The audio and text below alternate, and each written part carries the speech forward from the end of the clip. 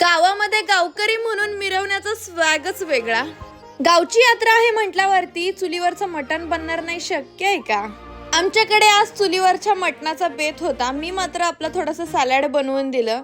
यात्रेला बरेचसे पाहुणे येत असतात, त्यामुळे आम्ही त्यांच्यासाठी वनभोजनाचं नियोजन केलं। या सगळ्याची मजाच वेगळी। तुम्ही कधी वनभोजन केलंय का? कमेंटमध्ये नक्की सांगा।